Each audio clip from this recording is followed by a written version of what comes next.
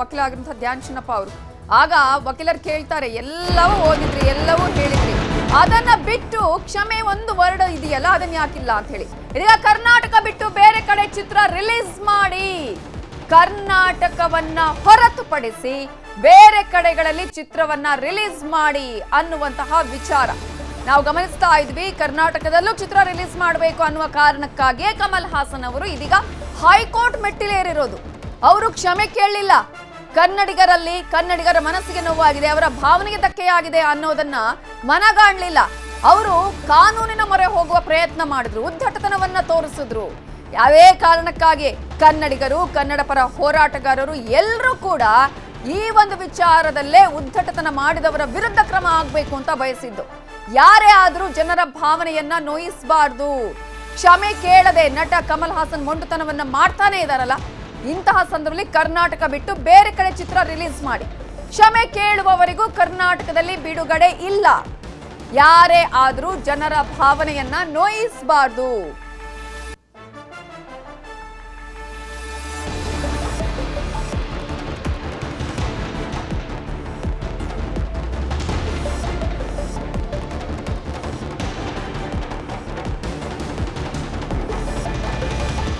ಈಗಾಗಲೇ ಕರ್ನಾಟಕದ ಚಿತ್ರ ರಿಲೀಸ್ ಮಾಡಬೇಕು ಅನ್ನುವಂತಹ ಕಾರಣಕ್ಕಾಗಿ ಅಲ್ವಾ ಹೈಕೋರ್ಟ್ ಮೆಟ್ಟಿಲೇರಿರೋದು. ಇದೀಗ ಕಮಲ್ ಹಾಸನ್ ಅವರು ಕ್ಷಮೆ ಅನ್ನುವಂತಹ ಒಂದೇ ಒಂದು ಪದವನ್ನ ಹೇಳಿದಿದ್ರೆ ಇಷ್ಟೆಲ್ಲ ಆಗ್ತಾ ಇರ್ಲಿಲ್ಲ. ಆದ್ರೆ ಉದ್ದಟತನವನ್ನ ಮೆರಿತಾನೆ ಇದ್ದಾರೆ. ಎಸ್, ಈಗ ಕರ್ನಾಟಕದ ವಿಚಾರ ಅಂತ ಹೇಳಿ ಬಂದ್ರೆ, ಭಾಷೆಯ ವಿಚಾರ ಅಂತ ಹೇಳಿ ಬಂದ್ರೆ, ನೆಲ ಜಲದ ವಿಚಾರ ಅಂತ ಹೇಳಿ ಬಂದ್ರೆ ಎಲ್ಲರೂ ಒಂದೇ. ಅದು ಯಾರೇ ಆಗಿರ್ಲಿ, ಎಂತಹ ನಟನೆ ಆಗಿರ್ಲಿ, ಅವರು ಕೂಡ ಎಲ್ಲರ ಭಾವನೆಗಳಿಗೆ ಬೆಲೆಯನ್ನ ಕೊಡಬೇಕು. ಅದೇ ಕಾರಣಕ್ಕಾಗಿಯೇ ಇದೀಗ ನ್ಯಾಯಾಧೀಶರು ಕೂಡ ಈ ವಿಚಾರವನ್ನ ಪ್ರಸ್ತಾಪ ಮಾಡಿದ್ದು. ಆಯ್ತು, ಇದು ನೆಲ ಜಲ ಭಾಷೆಯ ವಿಚಾರ, ಕ್ಷಮೆ ಕೇಳಲಿ ಅಂತ ಹೇಳಿದ್ರು. ಅರ್ಜಿಯ ವಿಚಾರಣೆಯನ್ನ ಮಧ್ಯಾಹ್ನಕ್ಕೆ ಮುಂದೂಡಿದ್ರು. ಅಟ್ಲೀಸ್ಟ್ ಕೊಟ್ಟಂತಹ ಸಮಯದಲ್ಲಾದ್ರೂ ಕ್ಷಮೆಯನ್ನ ಯಾಚಿಸಬಹುದಾಗಿತ್ತು ಕಮಲ್ ಹಾಸನ್ ಅವರು. ತಾನು ಏನು ಅನ್ಕೊಂಡಿದ್ದೀನೋ ಅದನ್ನೇ ಸಾಧಿಸ್ತೀನಿ ಅನ್ನುವಂತಹ ಹಠವನ್ನ, ಉದ್ದಟತನವನ್ನ ಮತ್ತೆ ಮತ್ತೆ ಕಂಟಿನ್ಯೂ ಮಾಡ್ತಾ ಇದ್ದಾರೆ ಕಮಲ್ ಹಾಸನ್ ಅವರು. ಕಮಲ್ ಹಾಸನ್ಗೆ ಕರ್ನಾಟಕ ಜನ ಎಷ್ಟು ಪ್ರೀತಿ ಕೊಟ್ಟರು, ಎಷ್ಟು ಗೌರವವನ್ನ ಕೊಟ್ಟರು. ಇಲ್ಲಿ ಸಿನಿಮಾಗಳನ್ನ ನೋಡಿ ಅವರ ಎಷ್ಟು ಸಿನಿಮಾಗಳನ್ನ ಎಷ್ಟು ಸಕ್ಸಸ್ ಮಾಡಿದ್ರು, ಅದ್ಯಾವುದು ತಲೆಗೆ ಹೋಗ್ಲೇ ಇಲ್ಲ ಕಮಲ್ ಹಾಸನ್ಗೆ. ಇಲ್ಲಿ ಎಷ್ಟು ಜನ ಅವರನ್ನ ಪ್ರೀತಿ ಮಾಡುವವರಿದ್ದಾರೆ.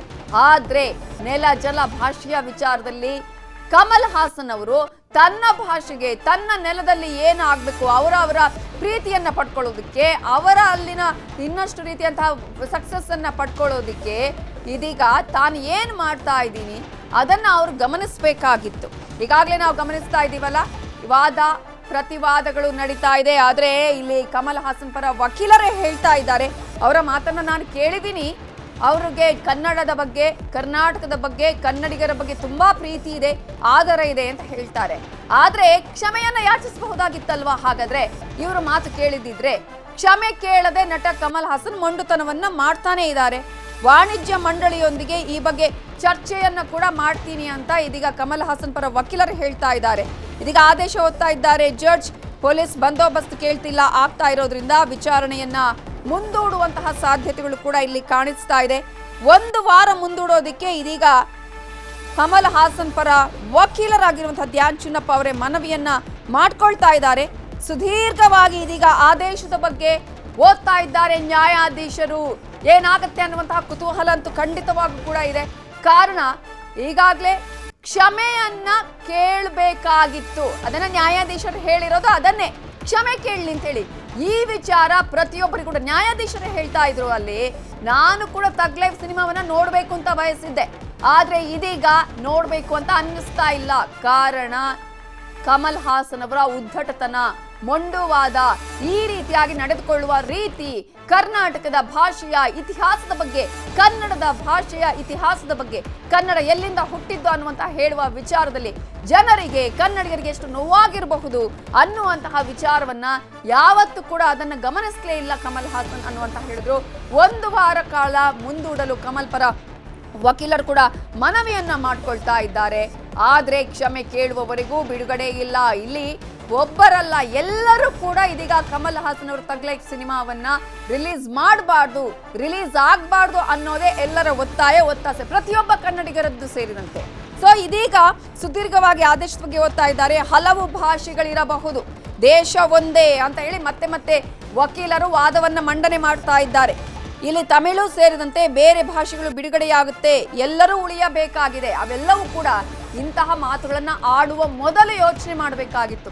ಹೋಗ್ಲಿ, ಏನೋ ಮಾತಿನ ಬರದಲ್ಲಿ ಹೇಳಿದ್ರಪ್ಪ ಒಂದು ಸೆಂಟೆನ್ಸ್, ಕನ್ನಡಿಗರೇನು ಅದನ್ನ ಇಲ್ಲ ಅಂತ ಹೇಳ್ತಾ ಇದ್ರು. ಅವ್ರು ಕ್ಷಮೆ ಯಾಚಿಸಿದ್ರೆ ಕನ್ನಡಿಗರು ಎಷ್ಟೋ ಜನರನ್ನ ಅಪ್ಪಿಕೊಂಡಿದ್ದಾರೆ, ಎಲ್ಲೆಲ್ಲಿಂದ ಬಂದವರನ್ನ ಅಪ್ಪಿಕೊಂಡಿದ್ದಾರೆ, ಒಪ್ಪಿಕೊಂಡಿದ್ದಾರೆ, ನೆಲೆಯನ್ನ ಕೊಟ್ಟಿದ್ದಾರೆ, ಇಲ್ಲಿನ ಜಾಗವನ್ನ ಕೊಟ್ಟಿದ್ದಾರೆ, ಹೃದಯವನ್ನೇ ಕೊಟ್ಟಿದ್ದಾರೆ. ಇದನ್ನ ಕ್ಷಮಿಸ್ತಾ ಇರ್ಲಿಲ್ವಾ? ಆದ್ರೆ ಕ್ಷಮೆ ಅನ್ನೋದನ್ನೇ ಕೇಳಲ್ಲ ಅನ್ನುವ ರೀತಿಯಲ್ಲಿ ವರ್ತನೆಯನ್ನ ಮಾಡಿದ್ದು ಇದೇ ಕಮಲ್ ಹಾಸನ್ ಅವರು.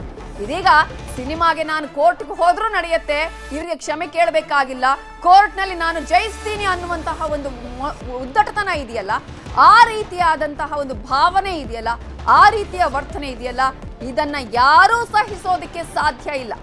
ಆ ಒಂದು ಕಾರಣಕ್ಕಾಗಿಯೇ ಇದೀಗ ನ್ಯಾಯಾಧೀಶರು ಕೂಡ ಅವಕಾಶ ಕೊಟ್ಟರು ಕ್ಷಮೆ ಕೇಳಲಿ ಅಂತ ಹೇಳಿ.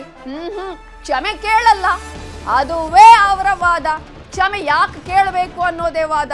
ಪ್ರೀತಿಯ ವಿಚಾರ ಹೇಳ್ತಾರೆ, ಕ್ಷಮೆ ಅನ್ನುವಂಥದ್ದು ಪ್ರೀತಿಗೆ ಡಿಕ್ಷನರಿಯಲ್ಲಿ ಇಲ್ಲ ಅನ್ನುವ ವಿಚಾರವನ್ನ ಹೇಳ್ತಾರೆ. ಆದ್ರೆ ಕ್ಷಮೆ ಅಂತ ಹೇಳಿ ಬಂದಂತಹ ಸಂದರ್ಭದಲ್ಲಿ ಪ್ರತಿಯೊಬ್ಬರು ಕೂಡ ಅವರು ಮಾತನಾಡಿದ್ದಿದ್ರೆ, ಆ ರೀತಿಯ ಭಾವನೆಯನ್ನ ವ್ಯಕ್ತಪಡಿಸಿದ್ರೆ ಎಲ್ಲರೂ ಒಪ್ಪಿಕೊಂಡು ಬಿಡೋರು. ಇಡೀ ಕರ್ನಾಟಕದಾದ್ಯಂತ ಇಂತಹ ಒಬ್ಬ ಸ್ಟಾರ್ ನಟನ ಇಂತಹ ವರ್ತನೆನ ಅನ್ನುವಂತಹ ಪ್ರಶ್ನೆಯನ್ನ ಕೇಳುವ ರೀತಿಯಾಗಿ ಮಾಡಿಕೊಂಡಿರೋದು ಇದೇ ಕಮಲ್ ಹಾಸನ್ ಅವರು. ಈಗಾಗಲೇ ತಮಿಳು ಸೇರಿದಂತೆ ಬೇರೆ ಭಾಷೆಗಳು ಬಿಡುಗಡೆಯಾಗತ್ತೆ, ಎಲ್ಲರೂ ಉಳಿಯಬೇಕಾಗಿದೆ ಅನ್ನೋದನ್ನ ಕಮಲ್ ಹಾಸನ್ ಪರ ವಕೀಲರು ಹೇಳ್ತಾ ಇದ್ದಾರೆ. ಅದನ್ನ ಅರ್ಥ ಮಾಡ್ಕೊಳ್ಬೇಕಾಗಿತ್ತು ಅವರು ಮೊದಲೇ. ನಾನು ಕರ್ನಾಟಕದಲ್ಲೂ ಸಿನಿಮಾ ರಿಲೀಸ್ ಮಾಡಬೇಕು ಅಂತ ಹೇಳಬೇಕಾಗಿತ್ತು ಅವರು. ಅವರಿಗೆ ಯೋಚನೆ ಬರಬೇಕಾಗಿತ್ತು, ನಾನು ಈ ತರ ಮಾತಾಡಿದ್ರೆ ಕರ್ನಾಟಕದಲ್ಲಿ ನನ್ನ ಸಿನಿಮಾ ರಿಲೀಸ್ ಮಾಡೋದಕ್ಕೆ ಬಿಡ್ತಾರ ಅನ್ನುವ ಪ್ರಶ್ನೆ ಒಂದು ಸಲ ಯೋಚನೆ ಬರಬೇಕಾಗಿತ್ತು ಅವರಿಗೆ. ನಾನು ಏನೇ ಮಾಡಿದ್ರು ಕೂಡ ಕೋರ್ಟ್ ಇದೆ, ಕಾನೂನಿದೆ ಅಂತ ಹೇಳಿ ಆ ರೀತಿಯ ವರ್ತನೆಯನ್ನ ತೋರಿಸಿದ್ರು ಕಮಲ್ ಹಾಸನ್ ಅವರು. ನಾನು ಜಯಿಸ್ತೀನಿ ಅನ್ನುವಂತಹ ಒಂದು ಭಾವ ಇತ್ತು ಅವರಲ್ಲಿ. ಆದ್ರೆ ಯಾರೇ ಆಗಿರ್ಲಿ, ಅದು ಎಲ್ಲೇ ಆಗಿರ್ಲಿ, ಕರ್ನಾಟಕದಲ್ಲಿ ಇದ್ದುಕೊಂಡು ಕರ್ನಾಟಕ ಕನ್ನಡದ ಭಾಷೆಯ ಬಗ್ಗೆ ಮಾತನಾಡಿದ್ರೆ ಅದನ್ನ ಕ್ಷಮಿಸೋದಕ್ಕೆ ಸಾಧ್ಯ ಇದೆಯಾ? ಕ್ಷಮಿಸಬಹುದಾಗಿತ್ತು. ಯಾವಾಗ ಕಮಲ್ ಹಾಸನ್ ಅವರು ನಾನು ಕ್ಷಮೆ ಕೇಳ್ತೀನಿ, ನಿಮ್ಮ ಭಾವನೆಗಳಿಗೆ ನೋವಾಗಿದ್ರೆ, ಧಕ್ಕೆಯಾಗಿದ್ರೆ ಅನ್ನುವಂಥ ಒಂದೇ ಒಂದು ಸೆಂಟೆನ್ಸ್ ಹೇಳಿದ್ರೆ ಇಡೀ ಕರ್ನಾಟಕದ ಜನ ಅವರನ್ನ ಕ್ಷಮಿಸ್ತಾ ಇದ್ರು. ಸೋನು ನಿಗಮ್ ವಿಚಾರದಲ್ಲೂ ಕೂಡ ನೀವು ಗಮನಿಸಿದ್ರಿ, ಆತ ಕೊಟ್ಟಂತಹ ಸ್ಟೇಟ್ಮೆಂಟ್ ಆ ನಂತರ ಅವರು ಒಂದು ವಿಷಾದವನ್ನ ವ್ಯಕ್ತಪಡಿಸಿದ ಬಳಿಕ ಇಡೀ ಕರ್ನಾಟಕದ ಜನ ಅವರನ್ನ ಕ್ಷಮಿಸ್ಲಿಲ್ವಾ? ಅಂತಹದ್ದೇ ರೀತಿಯಾದಂತಹ ಘಟನೆ ಇದು. ನಮ್ಮ ಕನ್ನಡ ಅಂತ ಹೇಳಿದ್ರೆ, ಕನ್ನಡಿಗರು ಅಂತ ಹೇಳಿದ್ರೆ ಯಾರು ಬೇಕಾದ್ರೂ ಏನು ಬೇಕಾದ್ರೂ ಮಾಡ್ಬೋದು ಅನ್ನೋ ಪರಿಸ್ಥಿತಿ ಇದೆ. ಕರ್ನಾಟಕದಲ್ಲಿ 1 ವಾರ ಚಿತ್ರ ಬಿಡುಗಡೆ ಇಲ್ಲ. ಇದು ಇದೀಗ ಬಂದಿರುವಂತಹ ಆದೇಶ. 10ನೇ ತಾರೀಕಿಗೆ ವಿಚಾರಣೆಯನ್ನ ಮುಂದೂಡಿಕೆ ಮಾಡಲಾಗಿದೆ.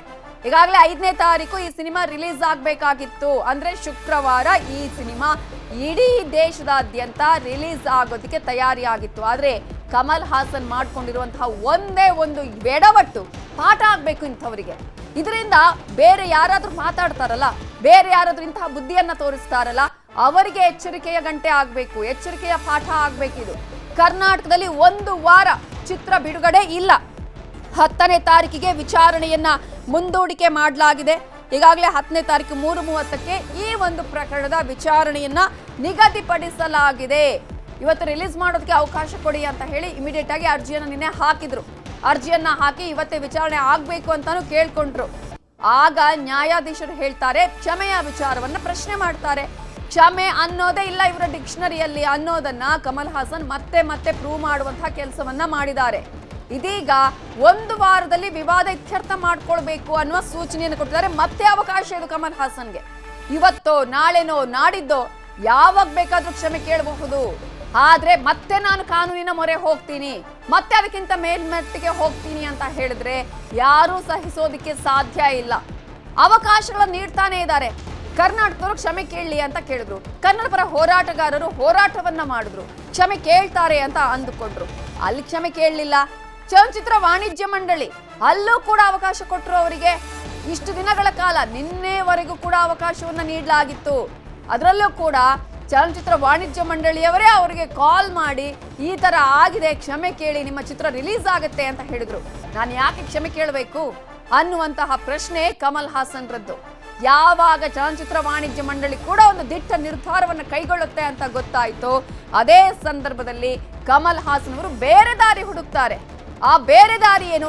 ನಾನು ಯಾಕೆ ಕ್ಷಮೆ ಕೇಳಲಿ, ಇವರು ಯಾವ ರೀತಿಯಾಗಿ ಸಿನಿಮಾ ರಿಲೀಸ್ ಮಾಡೋದಕ್ಕೆ ಬಿಡೋದಿಲ್ಲ, ನೋಡೇ ಬಿಡೋಣ ಅಂತ ಹೇಳಿ ಕಾನೂನಿನ ಮೊರೆ ಹೋಗ್ತಾರೆ.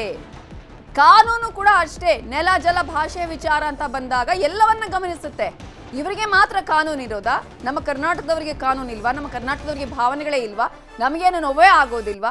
ನಮ್ಮ ಭಾಷೆ ಅಂತ ಬಂದಾಗ, ನಮ್ಮ ನೆಲ ಜಲ ಭಾಷೆಯ ವಿಚಾರ ಅಂತ ಹೇಳಿ ಬಂದಾಗ ನಮಗೂ ಕೂಡ ಕನ್ನಡದ ಅಸ್ಮಿತೆಯ ಬಗ್ಗೆ, ಕರ್ನಾಟಕದ ಬಗ್ಗೆ, ಕನ್ನಡಿಗರ ಬಗ್ಗೆ ಅಥವಾ ಭಾಷೆಯ ಬಗ್ಗೆ ಪ್ರೀತಿ ಇದೆ, ಗೌರವ ಇದೆ. ನಾವು ಬಿಟ್ಕೊಡ್ಬೇಕಾ ನಿಮ್ಗೆ?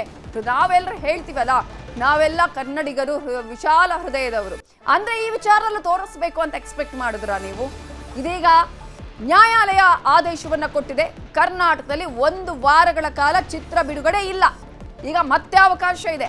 1 ವಾರದಲ್ಲಿ ವಿವಾದವನ್ನ ಇತ್ಯರ್ಥಪಡಿಸಿಕೊಳ್ಬೇಕು ಅನ್ನುವ ಸೂಚನೆಯನ್ನ ನೀಡಲಾಗಿದೆ. ಮುಂದಿನ ವಿಚಾರಣೆಯನ್ನ ಜೂನ್ 10ಕ್ಕೆ ಮುಂದೂಡಲಾಗಿದೆ. ಜೂನ್ 10ಕ್ಕೆ 3:30ಕ್ಕೆ ಇದೀಗ ವಿಚಾರಣೆಯನ್ನ ನಿಗದಿಪಡಿಸಲಾಗಿದೆ. ಇವ್ರು ಅಂದ್ಕೊಂಡಿದ್ರು ಇವತ್ತೇ ಕೋರ್ಟ್ ನಿಮ್ಗೆ ರಿಲೀಸ್ ಮಾಡಿ, ಪೊಲೀಸ್ ಪ್ರೊಟೆಕ್ಷನ್ ಅಲ್ಲಿ ರಿಲೀಸ್ ಮಾಡಿ ಅಂತ ಹೇಳಿ ಅವಕಾಶವನ್ನ ಕೊಡುತ್ತೆ ಅಂತ ಹೇಳಿ. ಇವರು ಅಂದ್ಕೊಂಡಿದ್ದೇ ಒಂದು, ಆಗಿದ್ದೇ ಒಂದು. ಯಾಕೆ?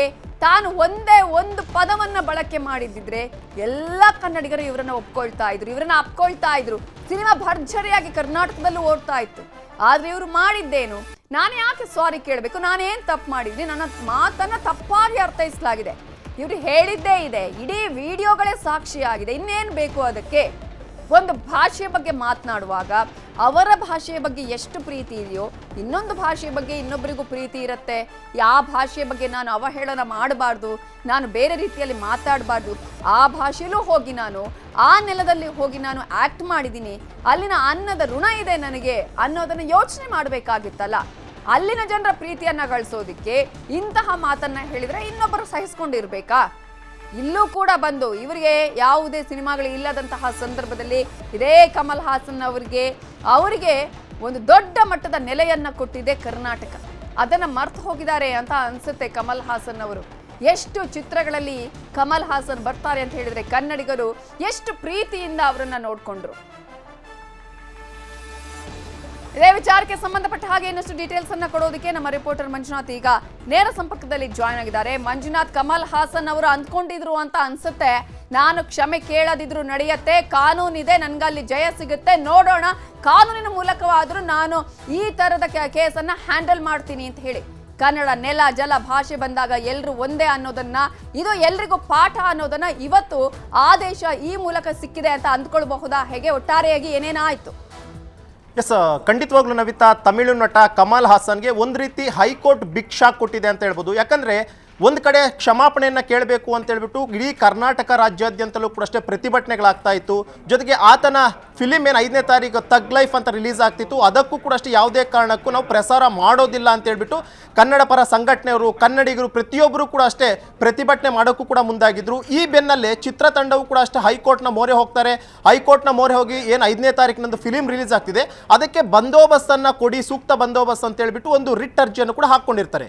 ಇವತ್ತು ಅರ್ಜಿ ವಿಚಾರಣೆ ಆಗುತ್ತೆ. ಅರ್ಜಿ ವಿಚಾರಣೆಯ ಆರಂಭದಲ್ಲೂ ಕೂಡ ಅಷ್ಟೇ ನ್ಯಾಯಮೂರ್ತಿ ನಾಗಪ್ರಸನ್ನ ಅವರು ಕೂಡ ಅಷ್ಟೇ ಎಲ್ಲೋ ಒಂದು ಕಡೆ ಅವರಿಗೆ ಬಿಸಿ ಮುಟ್ಟಿಸುವಂಥ ನಿಟ್ಟಿನಲ್ಲಿ ಒಂದು ಮಾತುಕತೆಯನ್ನು ಕೂಡ ಮಾಡ್ತಾರೆ. ಅಂದರೆ ಪ್ರಮುಖವಾಗಿ ಒಂದು ಕ್ಷಮಾಪಣೆ ಕೇಳಿದರೆ ಹೋಗ್ತಿರುವಂಥ ಒಂದು ಪ್ರಕರಣವನ್ನು ಇವತ್ತು ಹೈಕೋರ್ಟ್ನವ್ರಿಗೂ ಕೂಡ ತಂದಿದ್ದೀರಲ್ಲ ಅಂತ ಹೇಳ್ಬಿಟ್ಟು ನಾಗಪ್ರಸನ್ನ ಅವರು ಒಂದು ಚಾಟಿಯನ್ನು ಹಬ್ಬಿಸ್ತಾರೆ. ಜೊತೆಗೆ ಈ ಕನ್ನಡ ಅನ್ನುವಂಥದ್ದು ಒಂದು ಭಾಷೆ, ಈ ಭಾಷೆಗೋಸ್ಕರನೇ ಸಾಕಷ್ಟು ಜನರು ಒಂದು ರೀತಿಯಾದಂಥ ಒಂದು ಗೌರವವನ್ನು ಬೆಳೆಸ್ಕೊಂಡಿರ್ತಾರೆ. ಅಂತಾದರೆ ನೀವು ನಾಡು ನುಡಿ ಜಲ ಭಾಷೆಗೋಸ್ಕರ ಈ ರೀತಿಯಾಗಿ ಮಾತನಾಡುವಂಥದ್ದು ಎಷ್ಟರ ಮಟ್ಟಿಗೆ ಸರಿ?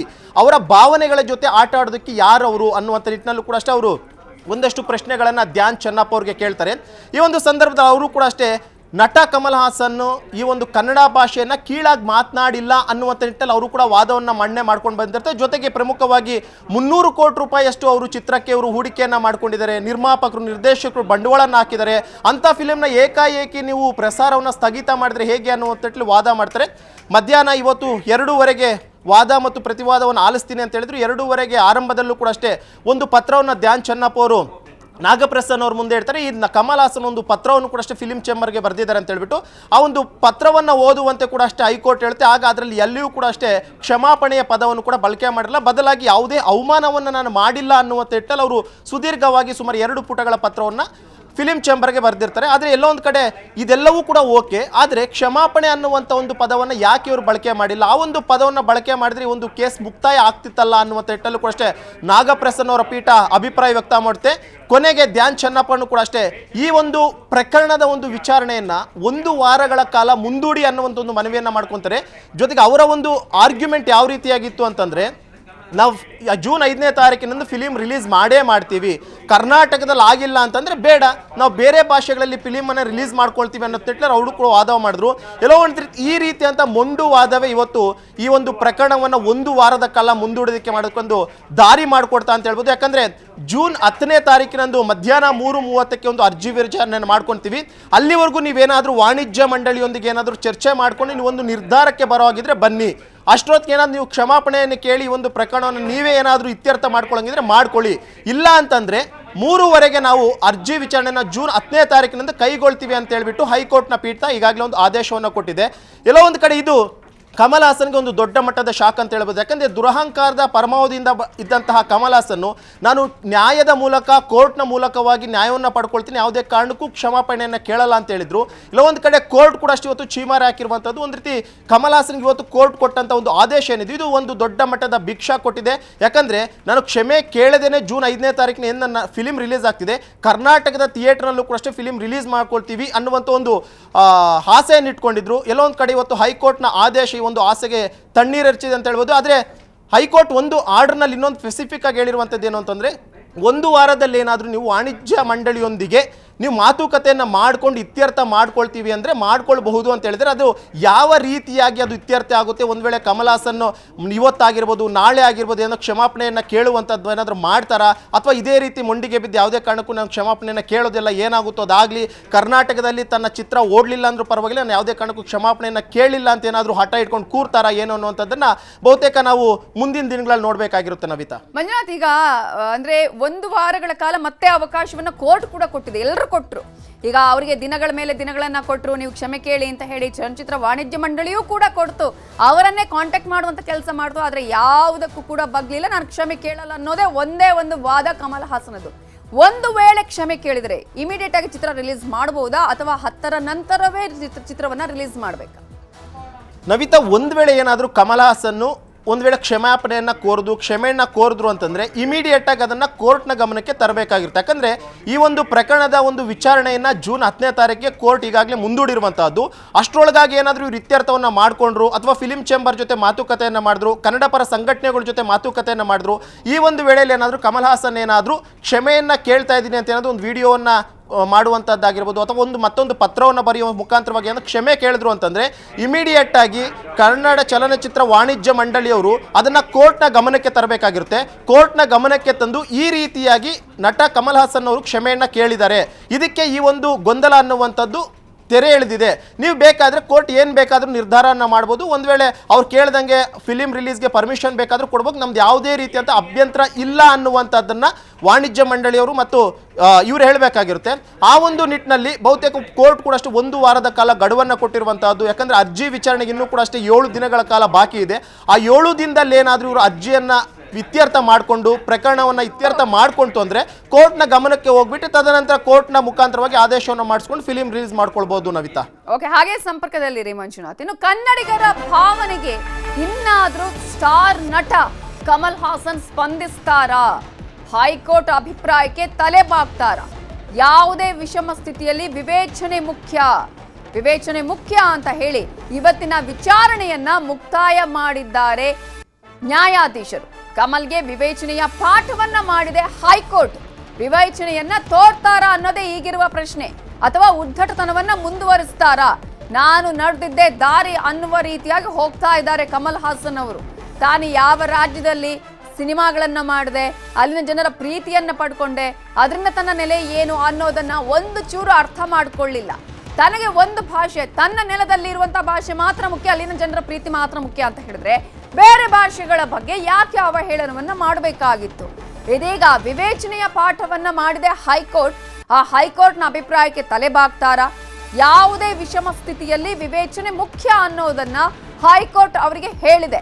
ವಿವೇಚನೆ ಮುಖ್ಯ ಅಂತ ಹೇಳಿ ಇವತ್ತಿನ ವಿಚಾರಣೆಯನ್ನ ಮುಕ್ತಾಯ ಮಾಡಲಾಗಿದೆ. ಸೊ ಇದೀಗ ಆ ವಿವೇಚನೆಯ ಪಾಠವನ್ನ ಹೈಕೋರ್ಟ್ ಏನು ಮಾಡಿದೆ, ಆ ವಿವೇಚನೆಯನ್ನ ತೋರ್ತಾರಾ ಅಥವಾ ಉದ್ಧಟನವನ್ನ ಮುಂದುವರಿಸ್ತಾರಾ ಅನ್ನುವ ಪ್ರಶ್ನೆ ಕೂಡ ಇದೆ. ಇದೇ ವಿಚಾರಕ್ಕೆ ಸಂಬಂಧಪಟ್ಟಾಗ ಇನ್ನಷ್ಟು ಡೀಟೇಲ್ಸ್ ಕೊಡೋದಕ್ಕೆ ಮತ್ತೆ ಮಂಜುನಾಥ್ ನೇರ ಸಂಪರ್ಕದಲ್ಲಿ ಜಾಯ್ನ್ ಆಗಿದ್ದಾರೆ. ಮಂಜುನಾಥ್, ನಾವು ಎಲ್ಲರೂ ಕೂಡ ಅವರಿಗೆ ಅವಕಾಶ ಕೊಟ್ಟರು, ಅಂದ್ರೆ ಕನ್ನಡಿಗರು, ಹೋರಾಟಗಾರರು, ಜೊತೆಗೆ ವಾಣಿಜ್ಯ ಮಂಡಳಿ ಆಗಿರ್ಬೋದು, ಕೋರ್ಟ್ ಕೂಡ ಇದೀಗ ಅವಕಾಶ ಕೊಟ್ಟಿದೆ, ವಿವೇಚನೆಯ ಪಾಠವನ್ನ ಮಾಡಿದೆ. ಅಷ್ಟು ಮಾತ್ರ ಅಲ್ಲ, ಮಧ್ಯಾಹ್ನ ಅರ್ಜಿಯ ವಿಚಾರಣೆ ಆರಂಭ ಆದಾಗ್ಲೂ ಅವಕಾಶ ಇತ್ತು. ಅಟ್ಲೀಸ್ಟ್ ಆವಾಗಾದ್ರೂ ಒಂದು ಸೆಂಟೆನ್ಸ್ ಅನ್ನ ಹೇಳಿದ್ರೆ ಸಾಕಿತ್ತು. ಬಟ್ ಅದನ್ನು ಕೂಡ ಮಾಡಲಿಲ್ಲ. ಇದೀಗ ಒಂದು ವಾರ ಕೂಡ ಕಾಲ ಮತ್ತೆ ನಾವೆಲ್ಲ ವಿಶಾಲ ಹೃದಯದವರು ಅನ್ನೋದನ್ನ ತೋರಿಸಿ ಮತ್ತೆ ಒಂದು ವಾರಗಳ ಕಾಲ ಅವರಿಗೆ ಅವಕಾಶ ಮತ್ತೆ ಹೈಕೋರ್ಟ್ ಕೂಡ ಕೊಟ್ಟಿದೆ.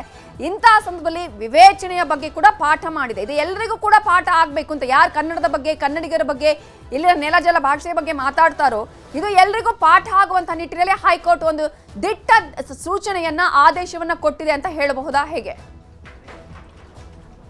ಎಸ್, ಖಂಡಿತವಾಗ್ಲೂ ನವಿತೆ. ಯಾಕಂದ್ರೆ ಒಂದು ಕಡೆ ಕನ್ನಡ ಪರ ಸಂಘಟನೆಯವರು ಹೋರಾಟವನ್ನು ಮಾಡ್ತಿದ್ರು, ಮತ್ತೊಂದು ಕಡೆ ಕನ್ನಡ ವಾಣಿಜ್ಯ ಚಲನಚಿತ್ರ ಮಂಡಳಿಯಿಂದಲೂ ಕೂಡ ಅಷ್ಟೇ ಒಂದು ರೀತಿಯ ಅಂತ ಒಂದು ಪ್ರತಿಭಟನೆ ಮಾಡ್ತಾ ಇದ್ರು, ಯಾವುದೇ ಫಿಲಿಮ್ಗಳು ಕೂಡ ರಿಲೀಸ್ ಮಾಡಲ್ಲ ಅಂತ ಹೇಳ್ಬಿಟ್ಟು.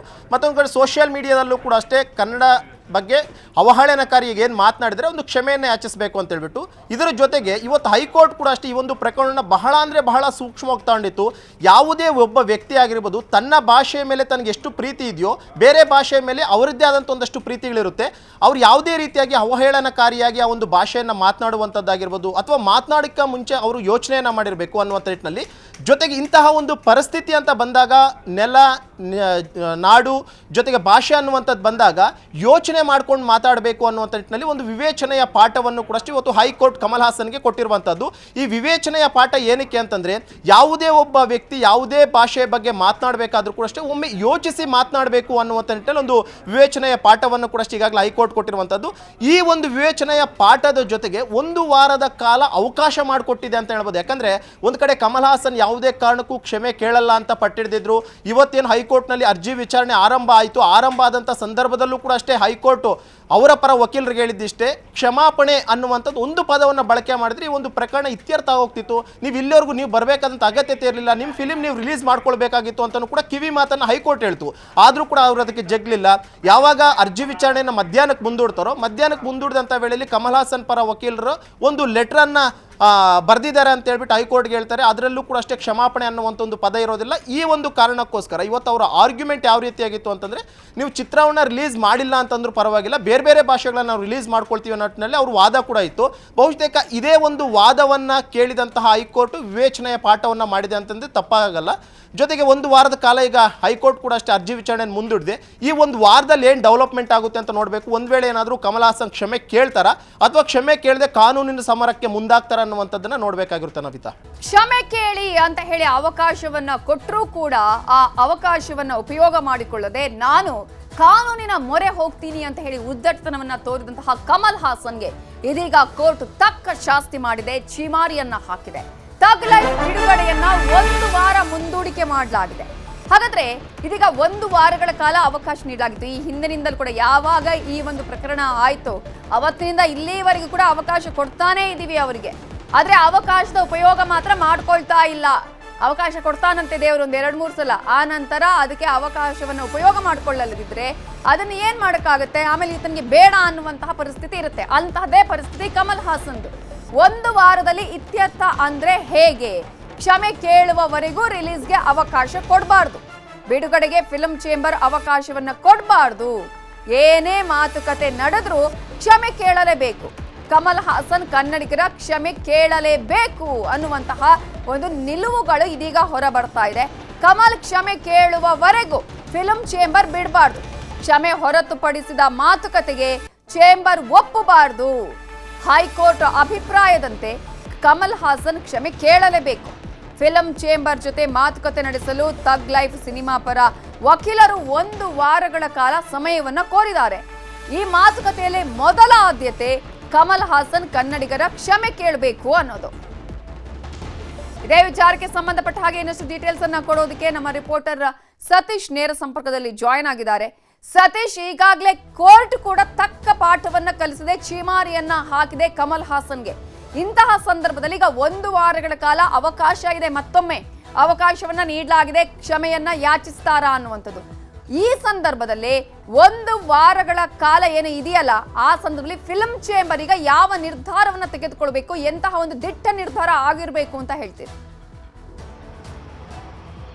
ಎಸ್ ನವಿತಾ, ಏನು ಕರ್ನಾಟಕದಲ್ಲಿ ತಮಿಳು ನಟ ಕಮಲ್ ಹಾಸನ್ ಅಭಿನಯದ ತಗ್ ಲೈಫ್ ಸಿನಿಮಾ ರಿಲೀಸ್ ಆಗಬೇಕಾದ್ರೆ ಕನ್ನಡಿಗರ ಮುಂದೆ ಕಮಲ್ ಹಾಸನ್ ತಲೆ ತಗ್ಗಿಸಲೇಬೇಕಾದಂಥ ಪರಿಸ್ಥಿತಿ ನಿರ್ಮಾಣ ಆಗಿರುವಂಥದ್ದು.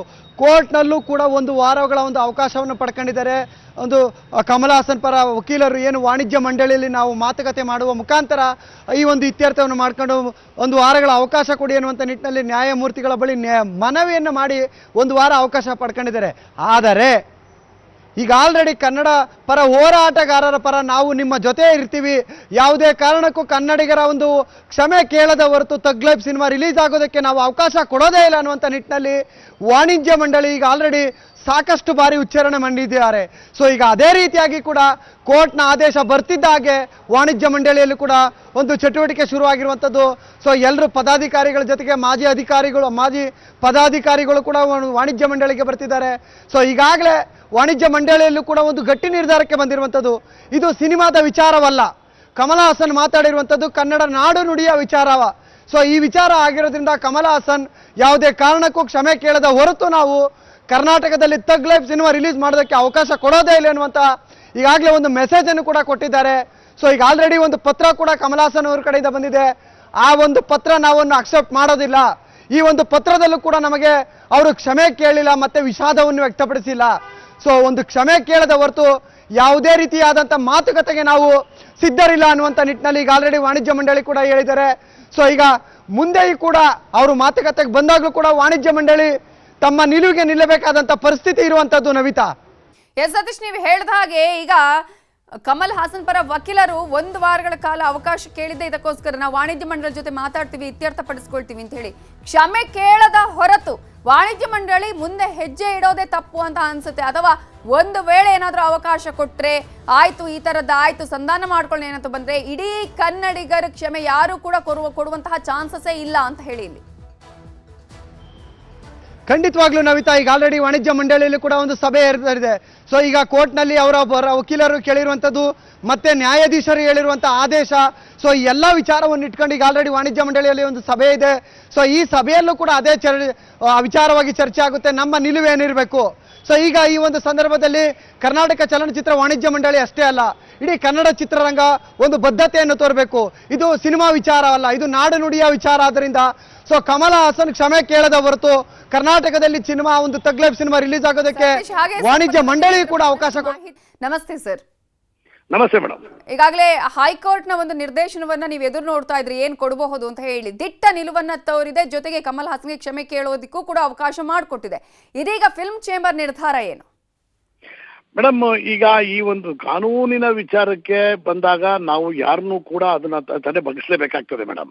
ಹೌದು. ಆದ್ರೆ ಅವ್ರು ಕ್ಷಮೆ ಕೇಳದ ಹೊರತುನು ಯಾವುದೇ ಕಾರಣಕ್ಕೂ ಚಿತ್ರದ ಬಿಡುಗಡೆಗೆ ಅವಕಾಶ ಮಾಡಿಕೊಡ್ಬಾರ್ದು ಅಂತಕ್ಕಂತ ಒಂದು ದೊಡ್ಡ ಕೂಗು ಕೂಡ ಇದೆ.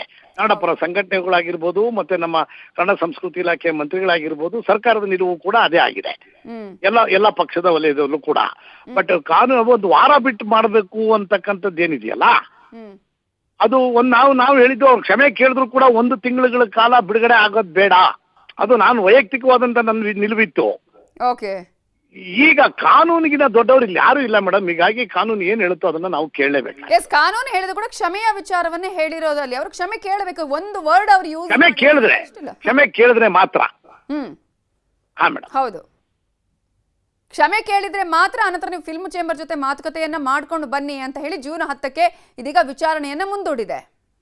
ಅದೇ ಮೇಡಮ್. ಈಗ ಅವ್ರು ಬರ್ತಾರೆ ಅಥವಾ ಅವ್ರ ಕಡೆಯವ್ರು ಯಾರೋ ಬರ್ತಾರೆ, ಮನವೊಲಿಸುವ ಕೆಲಸ, ಸಂಧಾನದ ಕೆಲಸ. ಸಂಧಾನದ ಕೆಲಸ ಅಂದ್ರೆ ಈಗ ಕಾನೂನೇ ಅದ್ರಲ್ಲಿ ಒಂದು ಡೈರೆಕ್ಷನ್ ಕೊಟ್ಟಾದ್ಮೇಲೆ ಅದಕ್ಕೂ ಕೂಡ ಅವ್ರು ರೆಡಿ ಇರ್ಲಿಲ್ವಲ್ಲ ಮೇಡಮ್. ಹೌದು. ಈಗ ಮೊದಲು ಅವ್ರು ಅದಕ್ಕೂ ಕೂಡ ರೆಡಿ ಇರ್ಲಿಲ್ಲ. ಈಗ ಕಾನೂನು ಹೇಳಿದೆ ಮತ್ತೆ ಕೋರ್ಟ್ ಆದೇಶ ಆಗಿದೆ ಅಂದ್ಮೇಲೆ ಅವ್ರು ಬರ್ಲೇಬೇಕು, ಮಾತಾಡ್ಲೇಬೇಕು. ಸೊ ಏನಾಗುತ್ತೋ ಅದನ್ನ ನೋಡ್ಕೊಂಡು ಹ್ಯಾಂಡಲ್ ಮಾಡ್ಕೋಬೇಕಾಗ್ತದೆ. ಈಗ ವಿವೇಚನೆಯ ಪಾಠವನ್ನ ಕೂಡ ಮಾಡಿದೆ ಇಲ್ಲಿ ಕೋರ್ಟ್. ಇಂತಹ ವಿಚಾರಗಳು ಬಂದಂತಹ ವಿವೇಚನೆ ಬಹಳ ಮುಖ್ಯ ಅಂತ ಹೇಳಿ, ಆ ವಿವೇಚನೆ ಈಗಲಾದ್ರೂ ಪ್ರದರ್ಶಿಸ್ತಾರಾ ಅನ್ನೋದೇ ಈಗಿರುವಂತಹ ಕುತೂಹಲ ಅಂತ. ಅದು ವಿವೇಚನೆ ವಿವೇಕಿಗಳಿಗೆ ಮಾತ್ರ ಇರುತ್ತೆ ಮೇಡಮ್. ಹ್ಮ್ ಅಂದ್ರೆ ಅವಿವೇಕದ ವರ್ತನೆ ನಡೆಯುತ್ತಲ್ಲ, ಹ್ಮ್ ಅದು ಗೊತ್ತಿಲ್ಲದಂಗ ನಡೆದೋಗುತ್ತೆ.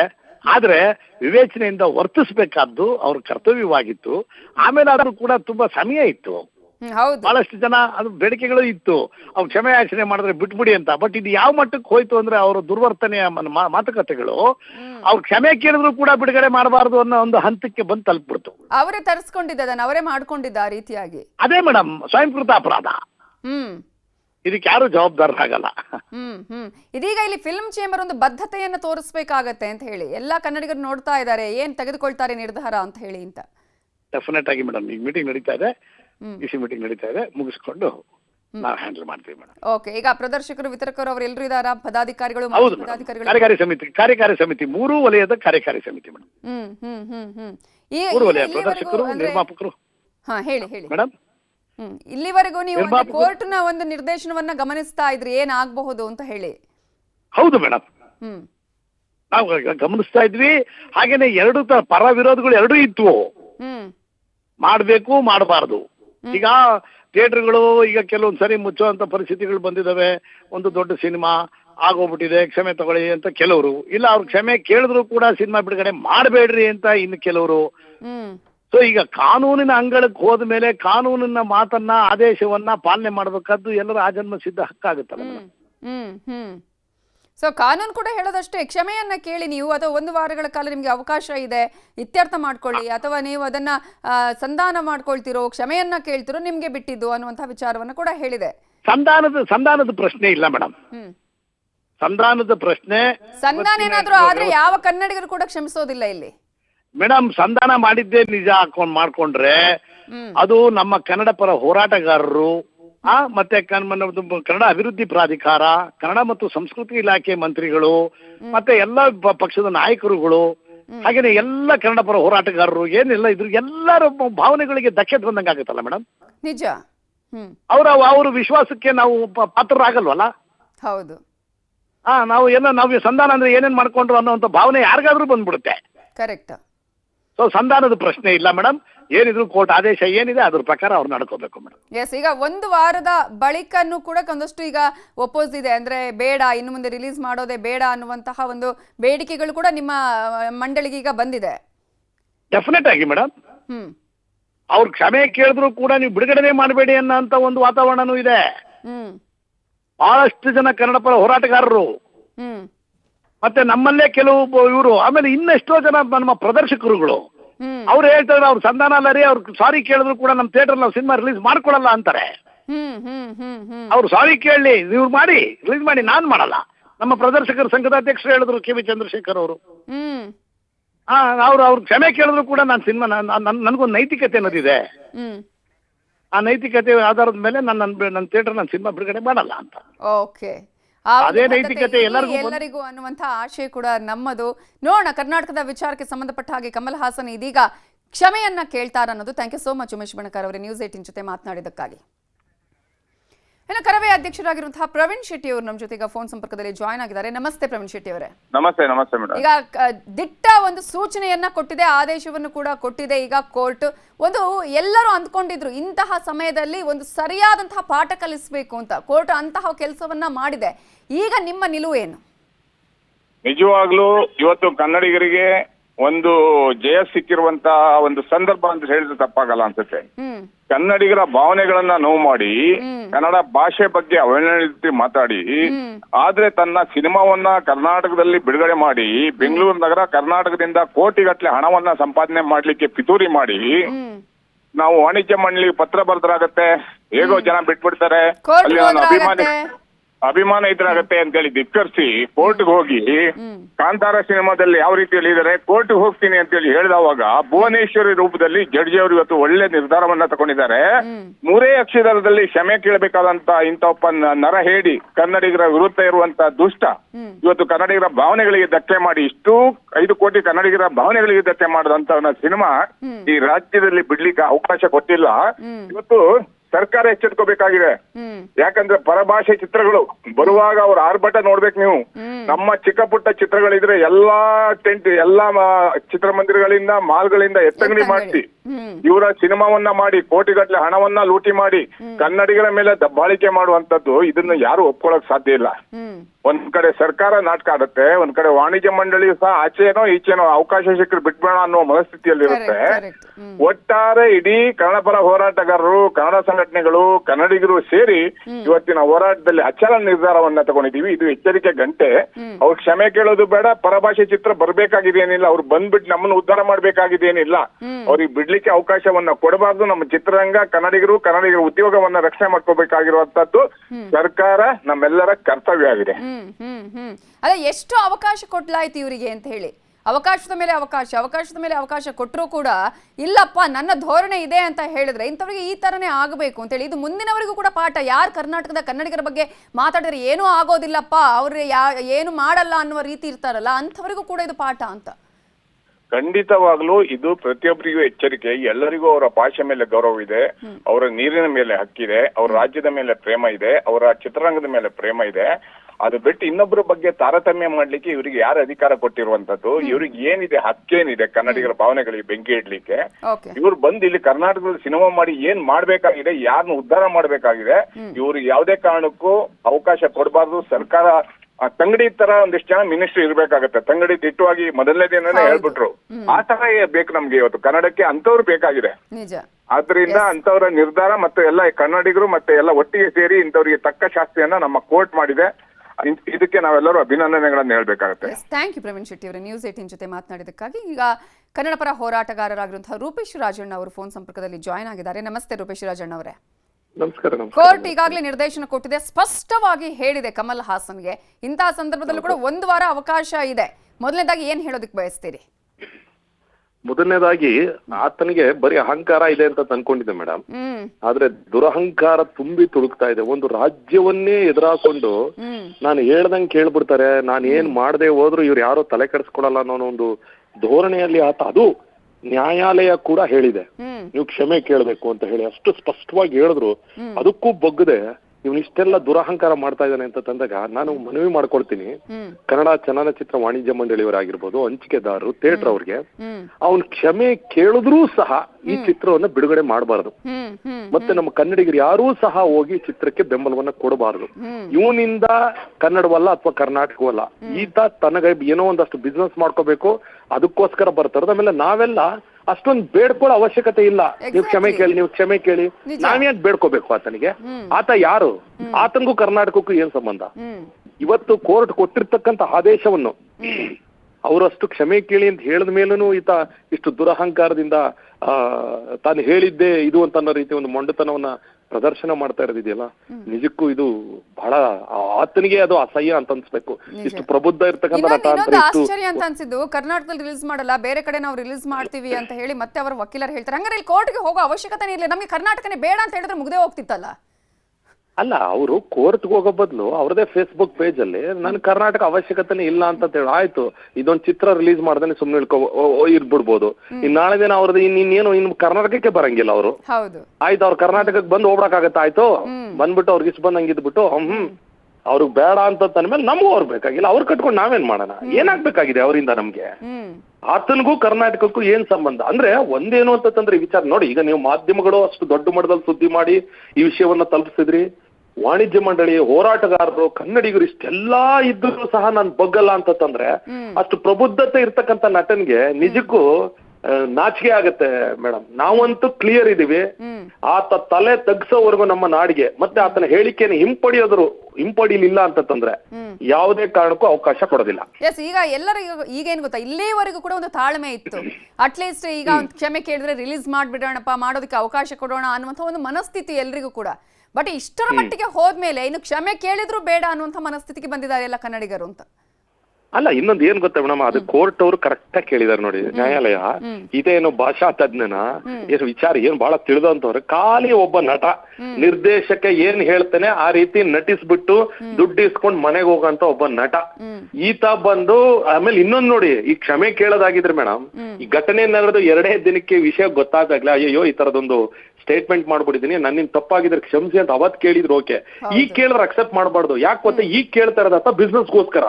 ಈ ಕ್ಷಮೆ ನಿಜವಾದ ಕ್ಷಮೆ ಅಲ್ಲ, ಇದು ನಾಟಕದ ಕ್ಷಮೆ. ಕೂಡ ಪ್ರಶ್ನೆ ಮಾಡುತ್ತೆ, ನೀವು ಇಲ್ಲಿ ಬಂದಿರೋದೇ ಪೊಲೀಸ್ ಪ್ರೊಟೆಕ್ಷನ್ಗೋಸ್ಕರ, ನಿಜವಾದಂತಹ ನಿಮಗೆ ಅಲ್ಲಿ ಭಾವನೆಗಳು ಇಲ್ಲ ಅನ್ನೋದನ್ನ ಕೂಡ ಕೋರ್ಟ್ ಆಗ್ಲೂ ಕೂಡ ಮೆನ್ಷನ್ ಮಾಡುತ್ತೆ. ಖಚಿತವಾಗಿಯೂ. ಈತ ಅದಲ್ದೆ ಓಲಿ ಮೊನ್ನೆ ಕೋರ್ಟ್ಗೆ ಹೋಗಕ್ಕೂ ಮುಂಚೆನಾದ್ರೂ ಒಂದ್ ಕ್ಷಮೆ ಅಂದಿದ್ರು ನೋಡೋಣ, ಆದ್ರೆ ಕೋರ್ಟ್ಗೂ ಹೋಗಿ ಈಗ ಕೋರ್ಟ್ ಮುಗಿದ ಮೇಲೆ ಮತ್ ಬಂದದೆ ನಾನು ಇಲ್ಲಿ ರಿಲೀಸ್ ಮಾಡಲ್ಲ ಅಲ್ಲೇನೋ ಏನಾದ್ರೂ ಆಗ್ಲಿ ಮೇಡಮ್, ಇವತ್ತಿಲ್ಲ ನಾಳೆ ಇಲ್ಲ ಇನ್ 10 ದಿನ ಅಲ್ಲ ಇನ್ನೊಂದು ವರ್ಷ ಅಲ್ಲ, ಆತ ಕ್ಷಮೆ ಕೇಳಿ ತನ್ನ ಹೇಳಿಕೆಯನ್ನು ಹಿಂಪಡೆದೆ ಕರ್ನಾಟಕಕ್ಕೆ ಬರ್ಬೇಕೆ ಹೊರತು ಇದನ್ನ ಯಾವುದೇ ಕಾರಣಕ್ಕೂ ಕನ್ನಡಿಗರು ಮರೆಯಲ್ಲ. ನಿಜ. ಈಗ ಚೇಂಬರ್ ಕೂಡ ಬದ್ಧತೆ ತೋರಿಸ್ಬೇಕಾಗತ್ತೆ ಇಲ್ಲಿ ಅಂತ ಹೇಳಿ, ಯಾಕಂದ್ರೆ ಮೊನ್ನೆ ಎಲ್ಲ ಆದಂತಹ ಸಂದರ್ಭದಲ್ಲಿ ಒಂದಷ್ಟು ಕನ್ನಡಿಗರಿಗೆ ಬೇಜಾರಾಯ್ತು, ಏನಪ್ಪ ಇವರು ಕ್ಷಮೆ ಕೇಳಿ ಅಂತ ಕಾಯ್ತಾ ಇದ್ದಾರೆ, ಕೇಳ್ತಾ ಇದ್ದಾರೆ, ನಾವೇ ಕಾಂಟ್ಯಾಕ್ಟ್ ಮಾಡ್ತೀವಿ ಅಂತ ಹೇಳ್ತಾರೆ ಅಂತ ಹೇಳಿ. ಈಗ ಅಲ್ಲ, ಬದ್ಧತೆ ತೋರಿಸುವಂತಹ ಸಮಯ ಬಂದಿದೆ ಇಲ್ಲಿ ಅಂತ ನಾವು ಮೊನ್ನೆಯಿಂದನೂ ಅದನ್ನೇ ಹೇಳ್ತಾ ಇರೋದು ಮೇಡಮ್. ಫಿಲ್ಮ್ ಚೇಂಬರ್ ಒಂದು ಸ್ಟಾರ್ಟಿಂಗ್ ಅಲ್ಲಿ ಸ್ವಲ್ಪ ಅಡ್ಡಿಗೌಡ ಮೇಲೆ ದೀಪ ಇಟ್ಟ ತರ ಮಾತಾಡ್ತಾ ಇದ್ರು ಯಾರೋ, ನಾನು ಅದಕ್ಕೆ ಅವ್ರಿಗೆ ಹೇಳಿದ್ದು ನಿಮ್ಮ ಮಾಧ್ಯಮಗಳ ಮುಖಾಂತರ, ಒಂದು ಕಮಲ್ ಹಾಸನ್ ಪರ ಇರಿ, ಇಲ್ಲ ಕನ್ನಡಿಗರ ಪರ ಇರಿ, ನೀವ್ ಎರಡನ್ನೂ ಬ್ಯಾಲೆನ್ಸ್ ಮಾಡೋದಕ್ಕೆ ಹೋಗ್ಬೇಡಿ. ಇಲ್ಲ ಒಂದ್ ಅವ್ರ ಪರ ಇರ್ತೀರಿ ಹಂಗಿದ್ ಬಿಡಿ, ಇಲ್ಲ ಹಿಂಗಿದ್ ಬಿಡಿ ಅನ್ನೋದು. ಇವತ್ತಿನ ಸನ್ನಿವೇಶ ನೋಡಿದ್ರೆ ಅವರು ನಮ್ಮ ಪರವಾಗಿ ನಿಂತಿದ್ದಾರೆ, ಬಹಳ ಗಟ್ಟಿಯಾಗಿ ನಿಂತ್ಕೋಬೇಕು ಈ ವಿಚಾರದಲ್ಲಿ, ಸ್ವಾಭಿಮಾನದ ಪ್ರಶ್ನೆ.